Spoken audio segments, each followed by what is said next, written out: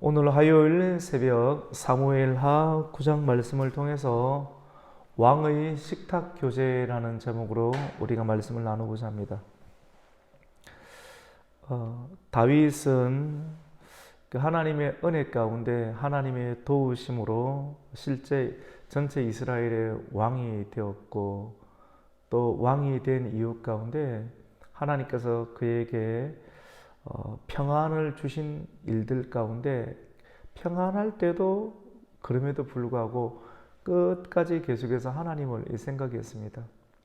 그 한 예가 왕이 되고 또 평안하게 적들을 물리친 이유 가운데에도 다윗은 마음이 괴로웠는데, 그 괴로움은 나는 이렇게 백향목으로 만든 좋은 궁에서 살고 있지만도 하나님은 휘장 가운데서, 성전이 없이 휘장 가운데서 성막 안에서 그렇게 지내는구나.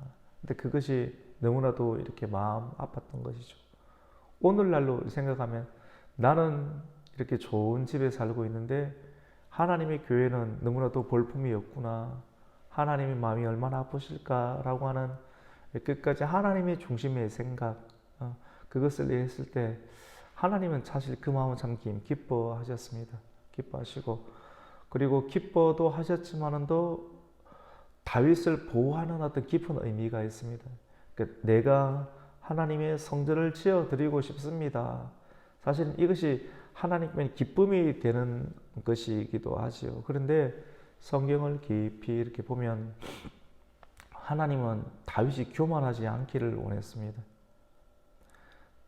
다윗아, 네가 그 마음은 내가 알겠다마는 그 마음 안에도 분리되어야 될 마음이 있어. 네가 나를 위해서 집을 짓는 것처럼 보이지만도 그것이 아니라는 것을 하나님께서는 이 다윗에게 가르치고 알려주시기를 원했던 것입니다. 다윗의 손으로, 다윗이 하나님께 힘이 있고 평안하니까 다윗이 하나님께 교회를 지어드리고 또 하나님의 성전을 짓는 것처럼 보이죠, 사실은. 그런데 하나님은 다윗아, 그것이 아니야. 내가 너를 통해서 나의 집을 짓는 거야. 이것을 깨닫기를 원했습니다. 오늘날에도 성도님들이 힘이 있고 또 평안이 있고 또 어떤 것들이 있을 때 내가 하나님께 드린다. 인간의 입장에서는 그렇게 볼 수가 있겠지만도 이 성경을 통해서 우리가 새롭게 사람의 생각이나 어떤 믿음, 이런 부분들도 하나님께서 하시는 것이지, 내가 하나님을 위해서 뭔가를 해드릴 수 있다, 어떤 공로가 있다, 이런 개념을 생각할 수도 있겠지만도 하나님이 하신다는 것을 깨닫게 하시는 그런 중요한 어떤 본문의 내용이라고 볼 수가 있습니다. 하여튼 하나님께서는 다윗의 그 마음을 기쁘게 받아주시고, 다윗에게 너는 지금은 안 되겠지만도, 다른 본문을 보면 너는 피를 많이 흘렸기 때문에 안 된다라고 볼 수 있겠죠. 꼭 그렇다라고 볼 수도 없어요, 사실은. 1절에 말하였던 하나님의 뜻 가운데 너는 지금은 하지 않지만도 내가 그 마음 받고 너의 후손 다윗을 통해서 성전이 만들어지고, 또 실질적으로는 너의 후손으로 오시는 예수 그리스도를 통해서 눈에 보이는 성전이 아닌 하나님이 거하시는 그런 기도의 집, 하나님의 성령이 거하는 그러한 예수 그리스도를 믿는 사람들 한 사람 한 사람 안에 하나님께서 성전을 삼으신다라고 하는 그런 귀한 예언의 말씀이 포함되어 있는 것을 보게 됩니다. 다윗은 나라가 평안하고 또 좋을 때 하나님의 성전을 지으려고 이렇게 했고요. 또 성전을 하나님께서 기쁘게 받으신 이유 가운데 하나님은 다윗에게 이스라엘 주변에 있는 그런 적들을 다 물리쳤습니다. 그래서 블레셋도 완전히 제압을 하고 모압, 에돔, 암몬 주변에 있는 모든 나라들을 이렇게 하게 되었죠. 모든 것이 평안했습니다. 그래서 나라의 행정 조직도 완전하게 정비를 했습니다. 요압을 군대에 이렇게 장관으로 또 삼고 여호사밧을 사관으로 삼고 중요한 다윗과 함께 고생했던 그러한 600명의 군사들 가운데 중요한 사람들을 뽑아서 행정의 요직 가운데 세워서 나라의 기틀을 강하게 만들었던 것을 보게 됩니다. 이 9장에 와서 다윗은 어떤 일을 하게 되느냐면 하나님의 은혜를 생각을 했고 두 번째로는 언약을 생각을 했습니다. 언약이라고 하는 것은 하나님과의 언약을 생각해서 주변의 나라를 물리치는 내용이 8장에 나오고요. 오늘 9장에는 사람과의 언약을 생각해서 그 언약을 기억함으로 은혜를 갚으려고 하는 그러한 내용들을 담고 있습니다. 다윗은 누구와 언약을 맺었습니까? 그가 무명 시절 가운데 사울에게 쫓김을 당해서 그의 목숨이 풍전등화 같을 때 사울의 아들이었던 요나단과의 언약을 기억했습니다. 오늘 본문은 다윗이 왕이 되고 난 이후 가운데 시간이 한참 지났습니다. 한참 지난 그 시점 가운데 요나단이 생각이 나는 거예요. 요나단은 그에게 칼을 주었습니다. 칼을 주고 그에게 갑옷을 주었습니다. 그리고 요나단은 그에게 나는 네가 왕이 될 것을 안다. 나는 네가 앞으로 왕이 될 것을 알고 하나님께서는 반드시 나보다 너를 앞세워 왕이 되게 할 것이고 그 위에 내가 될 것이다. 이렇게 정말로 욕심이 없는 사람입니다. 여러분 오늘날 한번 보십시오. 왕이 되기 위해서 오늘날에는 왕의 제도보다는 각 나라별로 보편적으로 이 대통령을 뽑지 않습니까? 근데 이 대통령은 한 사람 이 최고의 권력의 자리에 들어가기 위해서는 피를 흘리는 오늘날에 서로 죽이지는 않겠지만도 실제 피를 흘리진 않지만도 실제 피를 흘리는 것과 비슷한 형태로 엄청난 공방전을 거치게 됩니다. 많은 사람을 물리치고 비난이 만들어지고 상대방의 흠들을 캐내고 누르고 이런 어떤 것들을 다 해서 최고의 자리 가운데 힘 있는 사람들이 올라서게 되겠죠. 물론 투표라고 하는 과정을 거치게 되겠지만 이 과정 거치기 전까지 얼마나 많은 서로를 비난하는 일들이 많이 일어납니까? 실제 그렇지 않습니까? 이 세상에서 왕이 되려고 하면 피의 혈전을 거쳐야지만이 오를 수 있는 권력의 자리, 그리고 한번 또 권력을 잡으면 안 놓으려고 합니다. 예나 지금이나. 이 참 엄청난 자리가 이 권력을 가진 자리인데 요나단, 사울의 아들이었던 요나단은 그에게 하나님의 성령이 강하게 임했을까요? 하나님의 영이 임하지 않으면 그렇게 할 수 없겠죠, 맞죠? 본성 그 자체로 이 자기가 왕이 되면 모든 것을 할 수 있는데 그런 딱 보았을 때 다윗을 사랑했다고 했습니다. 다윗을 진심으로 하나님의 사람으로 사랑하고 하나님께서 이 사람을 세울 것이라는 것을 알고 그때 그 당시 칼은 사울과 요나단밖에 없었거든요. 근데 자기가 가지고 있는 그 칼, 정말 왕이구나. 그 다음 차기 후보인 사울의 아들이었던 요나단, 누구든지 그렇게 그 칼을 딱 보면 이 왕가의 자손이다 알 수 있는데 이스라엘 전체에서 칼은 사울과 요나단 두 명밖에 없었던 것입니다. 근데 그 칼을 누구에게 주었습니까? 다윗에게 주었습니다. 나는 너를 사랑한다.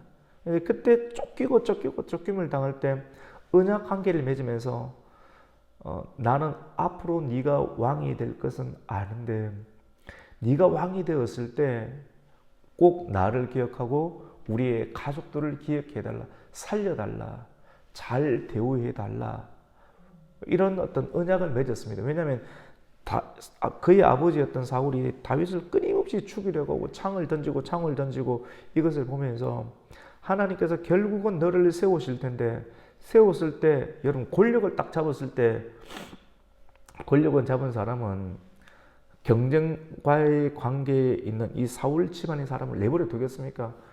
후한을 없애기 위해서 완전히 뒷조사를 해가지고 실을 완전히 다 박멸하는 어떤 일들을 하지 않습니까? 근데 그 일들을 한다는 것을 생각하고 내가 너에게 잘해주고 사랑하고 칼을 주고 갑옷을 주고 우리가 이렇게 어려울 때 언약 관계를 맺었던 이 언약을 잊지 말고 꼭 우리의 가문과 후손들을 챙겨달라고 하는, 나를 봐서라도 멸문지화 시키지 말고 세워달라고 하는 그런 언약을 이렇게 맺게 되었습니다.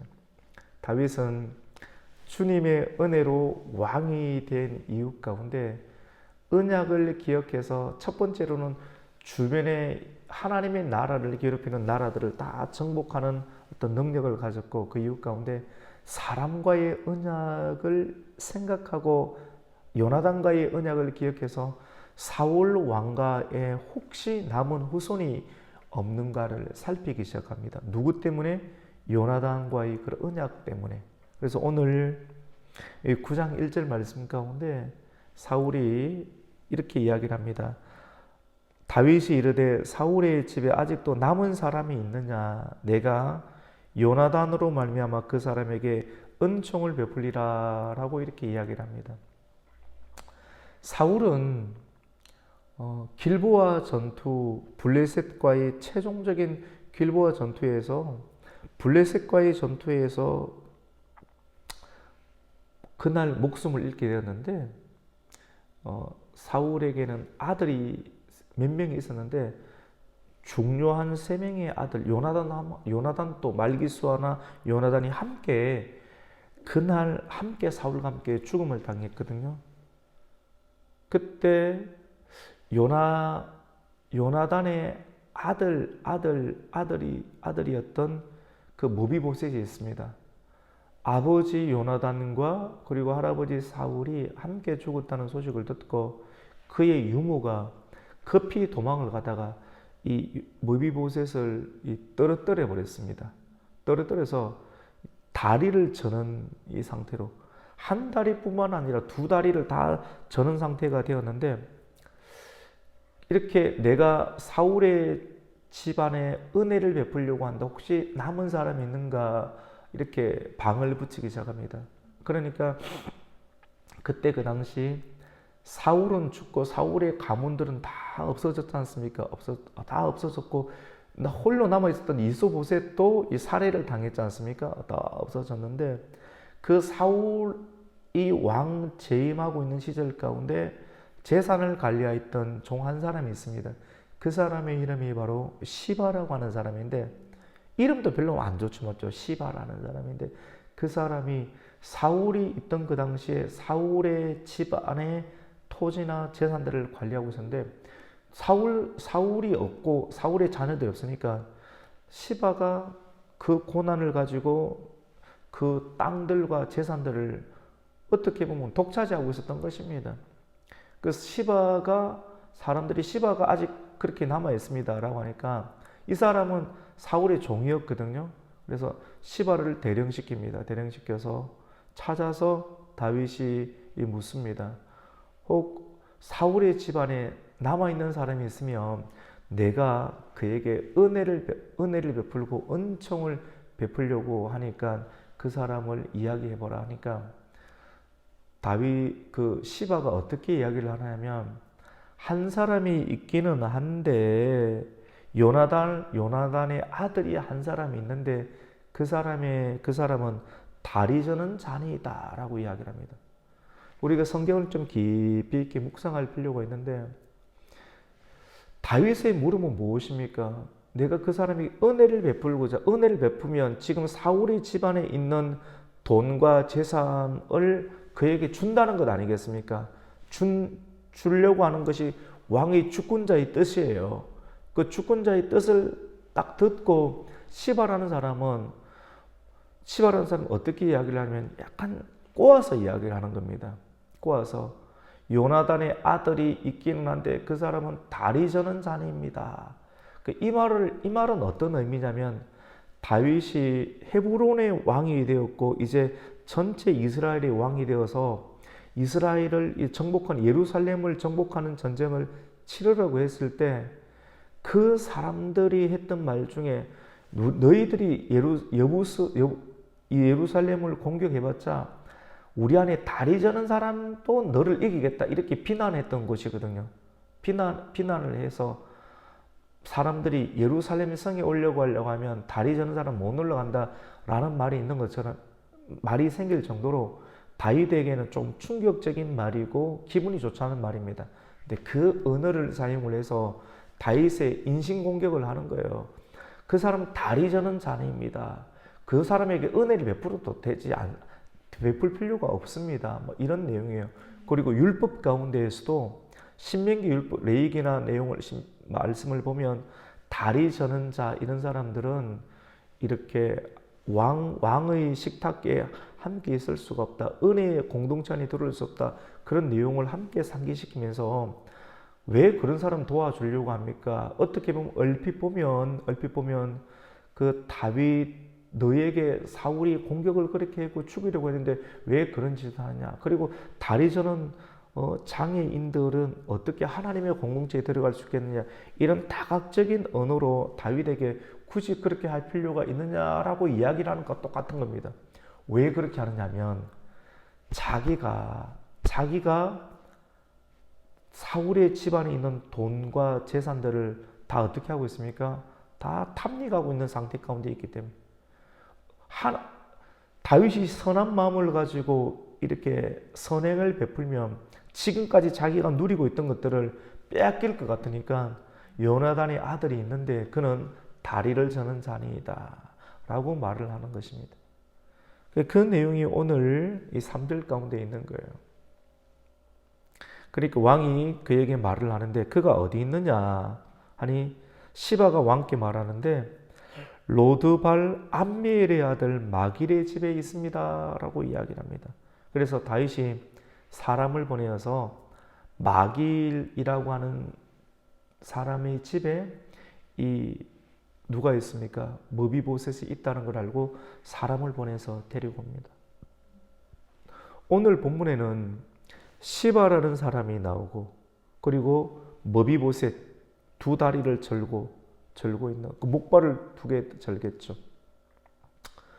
이런 장애인들을 귀히 여기고 그리고 하나님의 언약을 생각해서 장애인인데도 불구하고 그를 귀히 여기고 누구 때문에?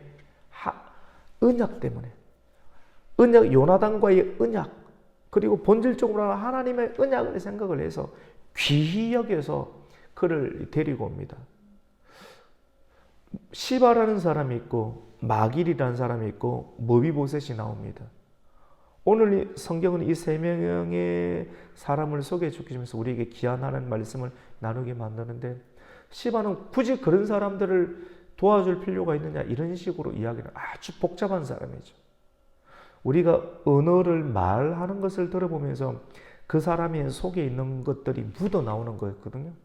그래서 성경을 잘 알고 기도를 많이 하고 하나님 정직한 영을 품으면 그 사람의 말을 통해서 이 사람이 어떤 사람인가를 분별해낼 수 있는 지혜가 있게 되는 것이거든요. 사람 잘 만나야 됩니다. 사업을 할 때에도 또 교회에서 사람을 세울 때도 지도자는 사람을 잘 세워야 됩니다. 사람 한 사람 잘 못 세우면 큰일 나죠. 이 시바는 나중에 있지 않습니까?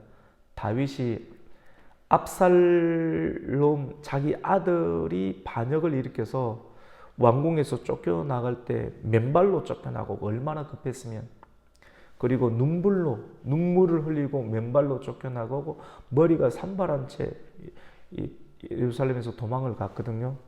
그때 도망을 갈 때 누구의 집에 간지 아십니까? 마길의 집에 간 거예요. 이 마길이라는 사람 참 은혜가 있죠. 다윗이 알아본 거예요. 다윗은 왕이 되었고 누가 보더라도 다윗이 권력을 잡았을 때 사울의 집안 사람들을 다 낫으로 풀을 베듯이 다 정리를 해버릴 거라고 다 생각을 했는데 권력 힘은 다 그런 것인데 근데 그거를 알고도 참 오늘날로 보면 NGO 저는 이 말씀을 생각하면서 마길이라는 사람이 뭐 월드비전이나 NGO 같은 사람 이 편도 저 편도 아니면서 순수하게 사람은 귀하다. 누구든지 귀하다. 사울은 그렇게 갖다 치더라도 그 밑에 있는 자녀들, 요나단의 자손들이 무슨 죄가 있느냐.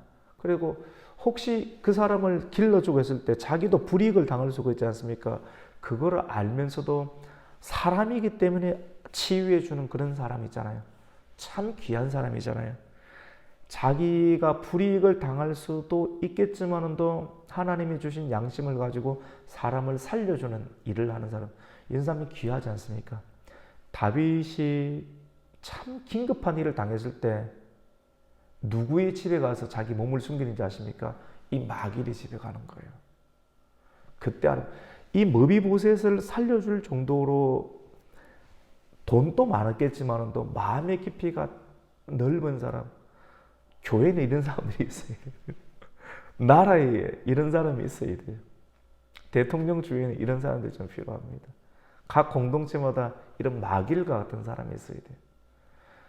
그래서 다윗은 그때 마길의 집에 가서 자기 몸을 숨기면서 다시 준비를 하게 되죠. 근데 꼭 또 시바 같은 사람이 있습니다. 아주 복잡하고 잔머리를 많이 쓰는 사람. 성경에는 참 지혜롭거든요.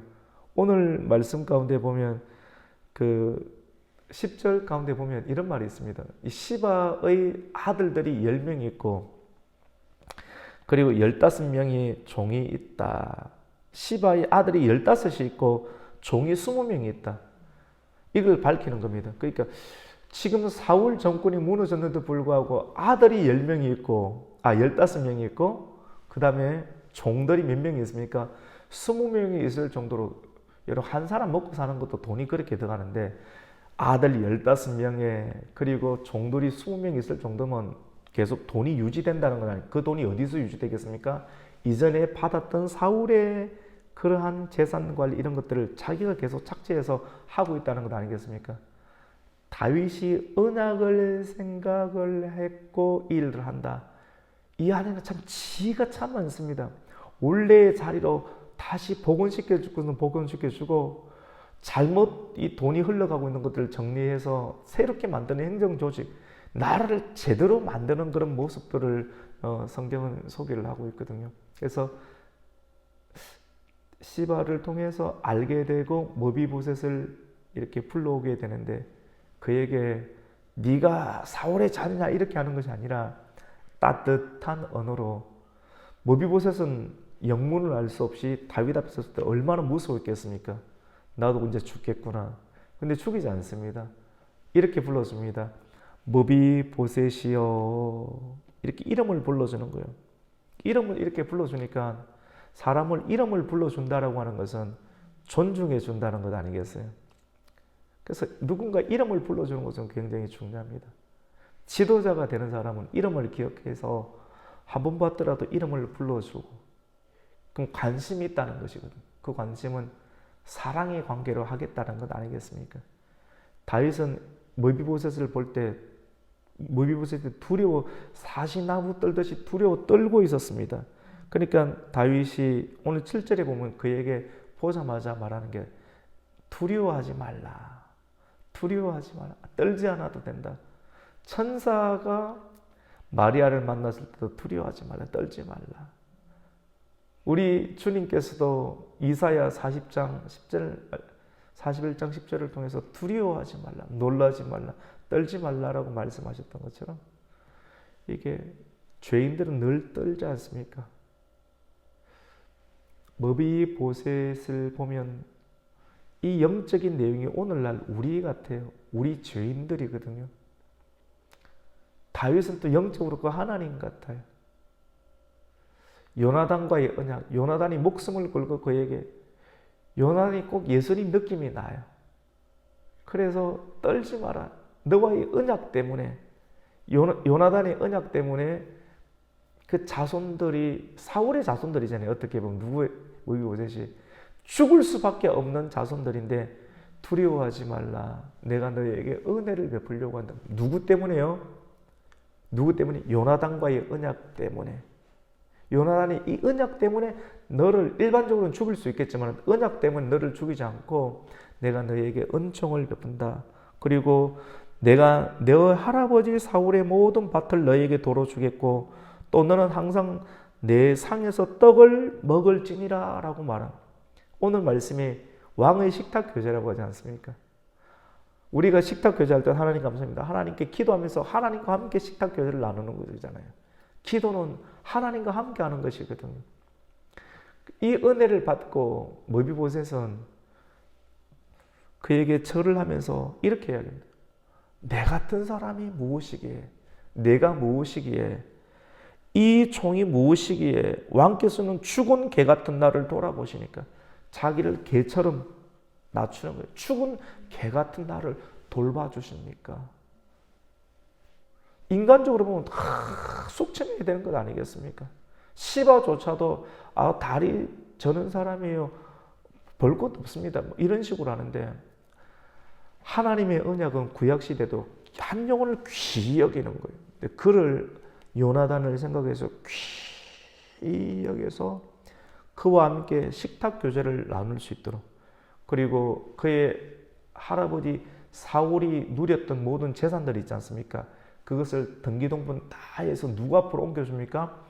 머비보셋으로 앞으로 옮겨주고 사울의 그 돈을 자기 혼자서 착취하고 있었던 그 시바에게 너는 이제부터 머비보셋에게 내가 모든 것을 인양해 주니 너는 이 사람의 종이 되어서 머비보셋을 섬기는 사람이 되라 라고 이렇게 말씀을 해줍니다.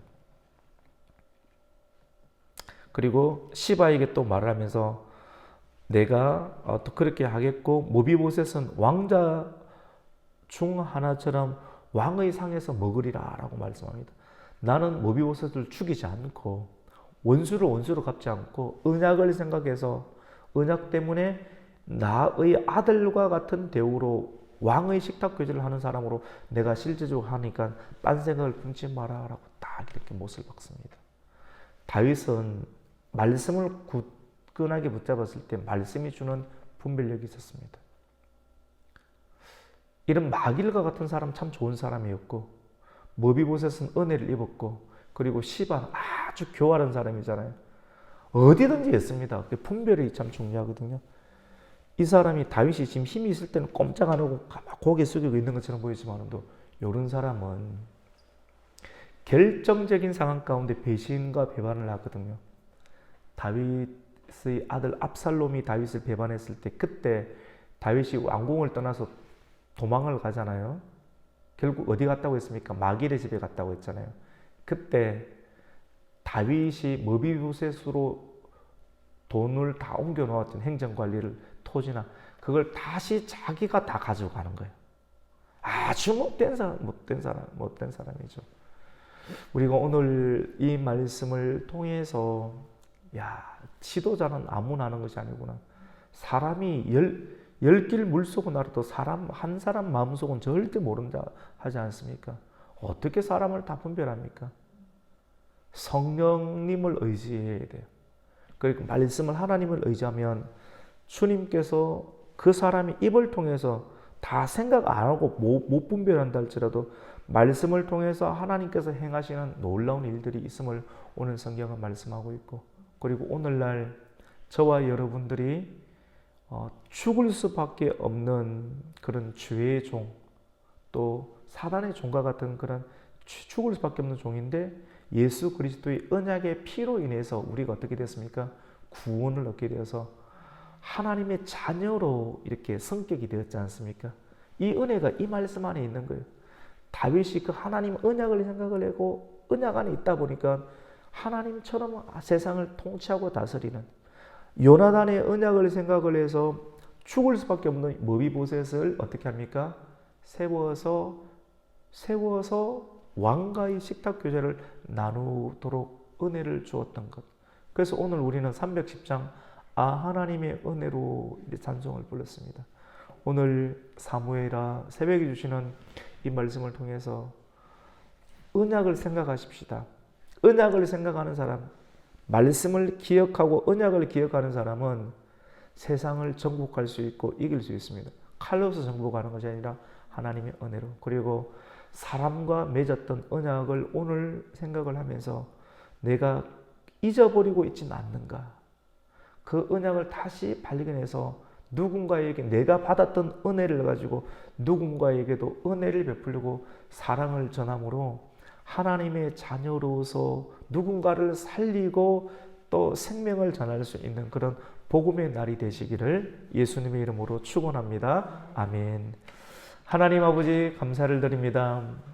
오늘 화요일 새벽을 우리를 깨워주시고 또 사무엘하 9장 말씀을 통해서 죽을 수밖에 없는 우리 한 사람 한 사람을 예수 그리스도의 헌신과 생명을 아끼지 않고 죽으셨던 그 십자가의 공로와 은혜, 그 언약을 통해서 우리가 다시 하나님의 자녀로 될 수가 있었던 것을 기억하면서 하나님 그 은혜를 받은 자로서 은혜를 누군가에게 나눌 수 있는 이 하루가 될 수 있도록 하나님 함께하여 주시옵소서. 예수님의 이름으로 기도드립니다. 아멘.